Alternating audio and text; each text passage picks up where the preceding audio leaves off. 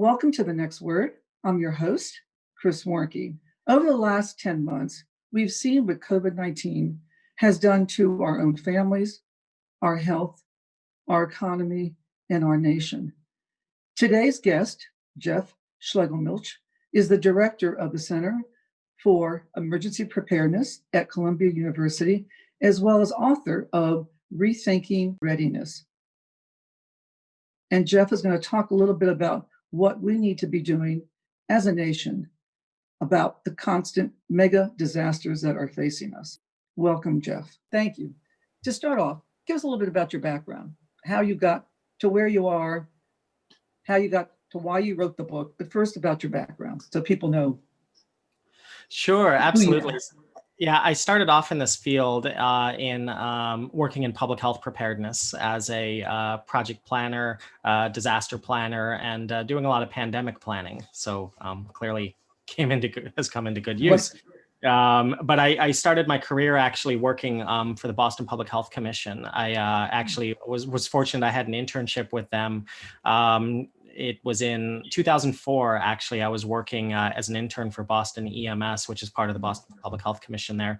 And that was during the Democratic National Convention. So really one of the first national special security events after 9/11. And so obviously a whole new world. And by serendipity, I found myself in that internship in a support position for the EMS seat at the Unified Command Center at Boston Police Headquarters.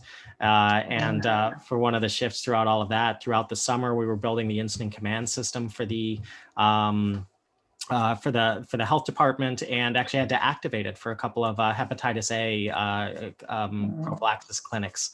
We had some food service workers who had tested positive for Hep A and large exposures that we needed to provide some injections for, and so we were implementing that. So this internship was just very serendipitous of sort of applying a lot of the theory and applying a lot of the concerns and translating the anxiety into operations. And did a lot of work, ended up getting hired into a full-time position, and worked in developing some of the emergency operations plans for the Boston Public Health Commission. So really public health preparedness. After that, I moved to the Yale New Haven Health System and their Center for Emergency Preparedness and Disaster Response. Similarly, doing a lot of health and healthcare readiness, but in more of a kind of a semi-consulting role, working across the country, some international projects, helping groups develop their plans. And so really got to understand this from a lot of different perspectives and how a lot of different organizations were looking at it. And somewhere along the way, really got interested in these underlying business models for preparedness. How do the business models of government, of nonprofits, of the private sector sort of steer them to certain decisions that they make that may be a little different than the doctrine or the goals that are prescribed at a very high level. And so got my MBA, and then ended up at in academia, of all places. Actually, I'd never thought that I would end up in academia, but working at the National Center for Disaster Preparedness. So really, again, similarly working with a lot of incredible partners within and beyond the university, domestically and globally, on issues not exclusive to health and medical, looking at issues of climate change, wildfires, acts of terrorism, just a whole range of disasters, and working to translate the research that exists, build out more research, but ultimately make sure that it's applying to the challenges we have today in disaster policy and disaster practice. And that comes from also the Earth Institute, which of course is part of Columbia University's activity. Oh, that's great. Going back to the Democratic Convention, I'm fascinated with that because of course that was after 9/11, and you're right. People were focused on anthrax at that time because anthrax was obviously the concern. Yeah. Was that something that you focused on, or were there other potential bio threats that were certainly emerging? Yeah. So it's interesting looking back and actually looking at how some of those capabilities that were built for anthrax are going to be so important for the COVID-19 vaccination programs and things like that. But at the time, yes, anthrax, we were told some intelligence that was found that really brought a lot of concern over the potential use of weaponized anthrax. It led to, shortly after I started, there was this initiative, the City's Readiness Initiative, which was a dedicated set of funding that came and requirements to essentially, the mandate is to fully prophylax, provide antibiotics to everyone in the population within 48 hours of the decision to do so. So we had to work backwards from that goal, work with the federal government partners, work with, I remember going on site visits with Boston Police, the police department, and a lot of just interagency work to just get our heads around the logistics of this, of how quickly we could get through these points of dispensing. Now, a couple of years later, we started seeing bird flu, H5N1 in Asia, and really concerned about that. That led to a lot of really monumental shifts in terms of funding and attention towards pandemic influenza. And pandemic preparedness, pandemic planning, which we spent a lot of time on. So all of these issues, we're looking at it with COVID-19 today, a lot of the issues on how do we get vaccinations out there, how can they be distributed to the public? A lot of these models, they may have been under a funding mandate that required us to think about it in terms of anthrax, but we were thinking about it in terms of a range of threats. Same thing with the pandemic influenza, pandemics come in all shapes and sizes. And what would that mean? So a lot of our state and local health departments and a lot of the workers there who are on the front lines of this right now, they're not working with a blank slate. They're working with the benefit of a lot of these investments that have been made over the years in preparedness, whether it's to bioterrorism or naturally occurring pandemics, to bring those capabilities together towards what we're confronting today. We'll come back. I will have a question on the vaccine delivery, but before I do that, on cities' readiness. That program, was it really directed toward the larger cities? I mean, like the Chicago, or San Francisco or Washington, D.C. I mean, the larger cities. I mean, that was my opinion, but I don't know if that was truly what occurred. But can you talk about that? I mean, we heard a lot about it, but I always thought it was more directed. To larger population, urban centers.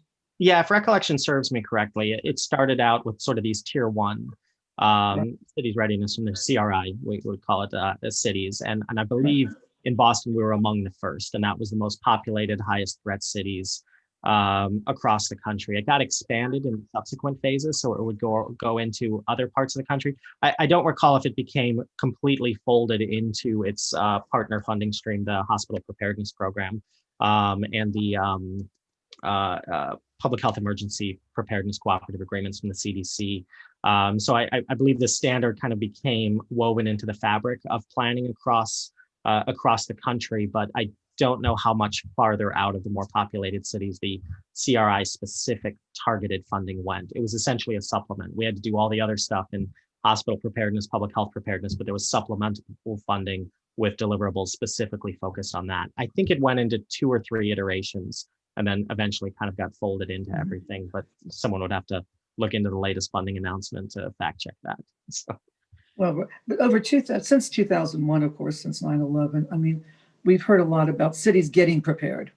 And certainly it's taken 20 years. Is that correct? I mean, a number of cities, even your second tier cities, your Indianapolis or other cities like that. I'm assuming this has all occurred over the last 20 years, and we're finally, I think, coming into, a new phase. Yeah, I'm actually working with a colleague on a project right now, sort of looking at what we're dubbing the modern era of disaster management, because there certainly was work being done before 9/11. And there are a few folks who, were very involved with that. A lot of it you see on the first responder side, the military side, the federal side. The kind of preparedness, the kind of resources, the kind of mandates, the kind of funding, the dynamics post 9/11 are just night and day, especially as we get into broader public health preparedness in this. So I think you're right. We are really looking at, a couple of decades of this type of readiness at this level of scale, outside of maybe some relics of the civil defense era and things like that. So yeah, I think that's correct. Just so much to think about as a mayor of a city. Today, an article appeared today in one of the big publications about the fact that just the rail service has been disbanded because the budgets now are just decimated in most of these cities, and so rail service, just metro service, just moving people from one place to another. I mean, we're starting to see these kinds of disruptions just in transportation. As a consequence, of course, of what's happened from COVID. But going back to something, Jeff, so why did you write the book, first of all? Rethinking Readiness, because it was fascinating for me. I appreciate that. Yeah, so I think the goal of writing the book, and it actually started with a colleague with the founder of actually the center that I direct, Dr. Erwin Redlener, who's still with us directing some of our pandemic-related work and some other projects, we had this notion that there were kind of, looking forward into the 21st century, that there were kind of these 5 categories that are talked about in the book, bio threats, which includes pandemics, climate change, major infrastructure failures, cyber threats, and nuclear conflict, that we're really sort of defining on sort of helping to frame out what we face. And in looking at this further, I was realizing more and more that these are threats where human development, human activity is contributing both to the overarching threat and the underlying vulnerabilities. So we're figuratively burning the candle at both ends here. But because they're driven by human activity, they can also be reversed. They can be mitigated by human activity. And so in writing the book, and we wrote the book as a primer, to really, I was looking at this as, you're teaching a course on sustainable development, you're teaching a course on disasters and economics, or something where you have an educated group who wants to know, what do I need to know about disasters? Get me started. Or maybe it's to a newly elected person's chief of staff and says, I need to know, what do I need to know about disasters? You can hand them, here, I'll get you started here. Here's an overview, framing the issues, giving a quick start. And then lots of other scholars sort of have deep works that get into the deep nuances of pandemics and climate change and things like that. So this is sort of a step in that direction to really give a good introduction, a brief guide to the range of challenges we face and what we can do about it. Right. And there are just so many. And I think this is Rethinking Readiness, really should be a handbook for every legislator, both on a national level as well as a state and local level, because these are issues that can come up anywhere on the state level. Certainly, we've seen that with the water crisis in Flint, Michigan, as well as you mentioned something near and near to my heart, which was the Oroville Dam, which my grandparents lived there, and I had no idea that there was a tremendous potential threat. Can you talk about that? Because that was something that people didn't know about, really. Yeah, that was a really interesting one, and I think why I chose to write about it in the book is more because of what didn't happen. And it's almost one of those, we've kind of forgotten about it because the dam didn't collapse. So it's this dam, and water was overtopping the spillway, and the emergency spillway had started to erode. And for folks who were following it, it was this situation where it was like, everything's going to be fine, and then there was this moment of, wait a minute, we might have to evacuate. A lot of these dams were built with maybe a few thousand people downriver, and now we end up in places like Oroville, where I forget the population, but I know it's in the hundreds of thousands. Oh. Yeah, where you've got relatively small communities, but still fairly large populations. And what I began to think, there was an evacuation order that was given, and the evacuation order was really for everyone downstream to get out of the way. And there are the obligatory photo of headlights and the traffic jams of folks trying to get out. And then it was reversed. They said, okay, that was a close one. Everyone can go back home. I started thinking, what happened if the dam collapsed? You now have, in excess of 100,000 people or more who can't go home. You now have internally displaced persons in the United States at a scale that we see in global humanitarian settings. We do a lot of planning externally through USAID, through the military, on supporting these humanitarian settings, but we don't really look at that internally. And so with the Oroville Dam, as you mentioned, with the water crisis in Flint, Michigan, we have major areas of increasing population that on a bad day could be uninhabitable. What do we do with that? And so it's important that we learn from these near misses as much as we learn from the Hurricane Katrinas and the COVID-19s and the disasters that actually play out to the worst case scenario, because they're giving us clues into the kinds and the complexities and the scale of the challenges that we're going to be confronting in the coming decades. Right. And we're going to, I want to talk to you about Hurricane Katrina, because that was a benchmark, really, I think. Wake up call for everybody. But we're going to take a short break and we'll be right back. I work out every day. COVID won't kill me. I'm 24. COVID won't kill me. I have antibodies. COVID won't kill me. It's been a long week. COVID won't kill me. I'm 25. COVID won't kill me. I'm partying outside. COVID won't kill me. I don't need to wear a mask around my friends. COVID won't kill me. I'm 23. COVID won't kill me. If I haven't gotten it yet, COVID won't kill me. I'm young. COVID won't kill me. famous last words. Don't let them be yours. Socially distance. Mask up, America. Even though there is so much against us, you will see me wearing a face covering because I care about myself and my community. You will see me as a woman who stands up for what I believe in. Join us in wearing a face covering to help stop the spread of the coronavirus, because this is one small act of kindness that has the power to make a difference.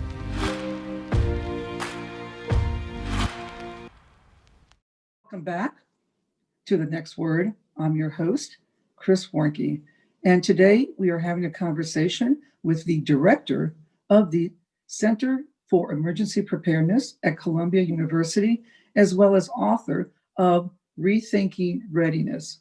Jeff, thank you again for being here, and look forward to some more discussion on how we can be ready for some of the mega disasters that could potentially happen in our country today. So thank you, Jeff. Of course, I appreciate it.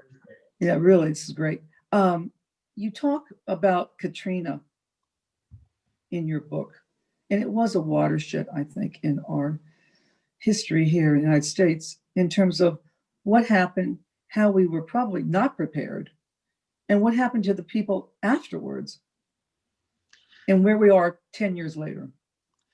Yeah, Katrina really was like, if 9/11 kicked off the modern era of disaster management, then I think Hurricane Katrina really changed its focus or broadened its focus. We were talking before about this notion of potential internally displaced persons. We actually saw it in the Katrina diaspora, right? And folks who left New Orleans, and some of them never came back. But all of a sudden, this very adversary-oriented sort of post 9/11, post Anthrax attacks kind of understanding of disasters had to start reintroducing these natural hazards, these threats that could then dramatically affect the built environment, in this case, the levees in New Orleans, and how that intersects with governance, how decisions are made, who is put into these key decision-making positions, and what kind of expertise is or is not demanded.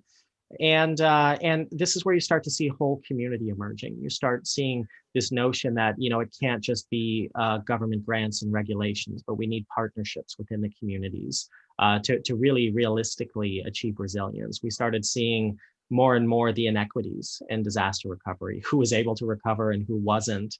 We started to see the application of a lot of things on social cohesion, how social dynamics impact disasters. Again, these are all lessons and methodologies from disaster research, even pre 9/11, but really staring us in the face in a very dramatic national event, and really catalyzed, I think, a lot more research and efforts building off of that. So Katrina really did change the landscape of emergency management. It changed everything from the requirements of who could serve as FEMA administrator.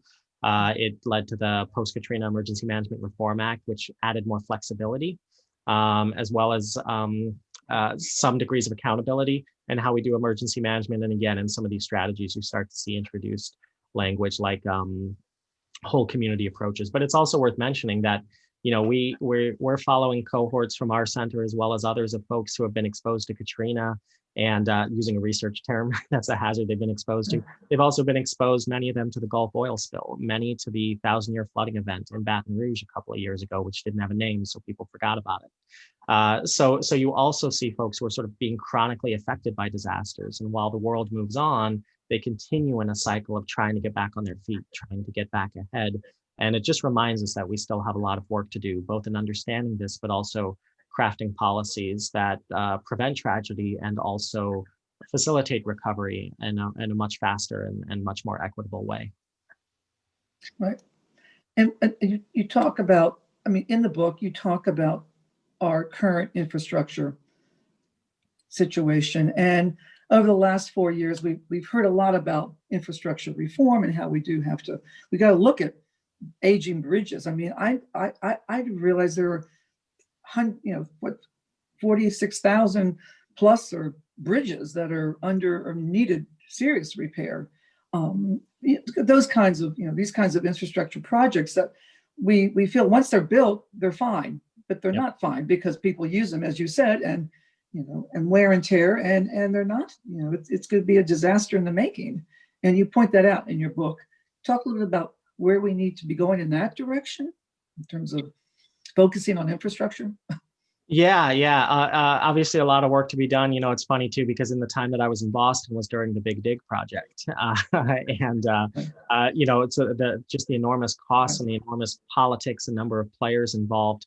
I remember this situation where they were digging under the city, and then you had all the patchwork of cables from hundreds of years of the city's growth, some of them dating back. And actually, George Deodatus, who I interview in the book, I was talking about this with New York. The New York City infrastructure wasn't built in the last 10 years. It was built over the last 100+ years. So to simply replace it with modern architecture, in Boston, what they did was they went way over budget, like all great large government projects, and but actually put in fiber optics and actually consolidated it all, simplified it, and also greatly increased the capacity, which I think was an interesting an important choice to actually, while we're down here doing all this other stuff, let's upgrade the infrastructure to be more resilient. And I think that that's what we're seeing, is that we're seeing infrastructure failure, whether it's the levees in New Orleans, the Oroville Dam, where extreme weather events are pushing that over the edge into a more catastrophic disaster, or we're seeing it like the water in Flint, Michigan, or the bridge collapse in Minnesota, where it's the actual cause of the disaster itself. And these infrastructure projects have an incredible amount of stakeholders. They have an incredible amount of agendas to the table. Everyone likes the idea of it, and then you end up in the not in my backyard situation. And there's an attractiveness to cutting ribbons, to getting things done, but then to maintaining it, upgrading it, things like that. These are big challenges, but also great opportunities. I think we saw some of that in 2008 with the economic recovery packages that the Obama administration put in to sort of do this investment in infrastructure while also through job creation. The challenge now in a post-COVID world and in looking at the climate crisis, looking at what we need to do going forward, is that a lot of these projects may not necessarily be shovel ready. They may need more robust planning and may take longer to put in place. But this has been one of the most important investments to get us to the levels of prosperity that we're experiencing today, or at least pre-COVID. And it's going to be as important, if not more so, to sustain that in the face of the kinds of challenges and threats that we face into the 21st century.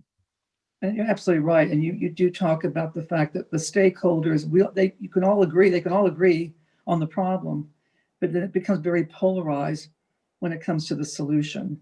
Mm-hmm. And so these are very big challenges, especially with everything, but particularly it's evident in the infrastructure issue. We're going to have a few minutes left. And so I guess I need to talk to you about vaccines and vaccine delivery, since that's what everybody's talking about. In your opinion, Jeff, I mean, are we going to be able to, are these vaccines, because certain ones have to be stored differently, temperature controls. How do you see all this playing out, given all the complexities? I think first and foremost is we gotta get a follow-up to the COVID stimulus. I know there's some things in the work, but to get the resources to state and local governments. They've been training for this, they've been preparing for this.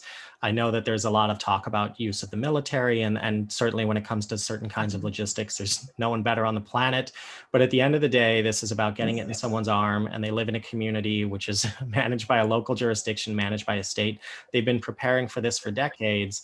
Give them the resources to take this to the last mile. They're already working on it, but they need all the help we can get. And that's really going to be the biggest challenge, right? Is that, it's one thing to get it from the laboratory onto the aircraft, into the warehouses, but then you got to break it apart. These two vaccines that look like they'll be the first out of the gate, these messenger RNA vaccines, have to be kept at very cold temperatures. These local public health agencies, state public health agencies, they know their jurisdictions. They know where the research freezers are, where the institutions are that can do this and can pull together the planning for doing this. It's more rural areas, places with less access. It's going to take more planning. It's going to take more effort. These are not impossible problems, though. These are very much within our reach to accomplish if we give them the investment and the attention that they deserve, and we put the wind at the backs of our state and local health departments. Well, that's very promising. And again, I just want to say thank you for your book. Like I said, I'd like to get it in the hands of many of all state, local, and national political leaders, because this is what we need to be reading right now in terms of being prepared. So rethinking, readiness is on everybody's mind today. But thank you, Jeff. Really appreciate you being here, and look forward to getting you back. So thank you. Thank you. Thanks for having me, and thank you for all of your work, and for having conversations like this where we have the breathing room to get into the details and really explore this. I've really enjoyed it. Yeah, me too. Thank you all for watching. It's a great show. Look forward to seeing you the next time. Please stay safe and healthy. Thank you.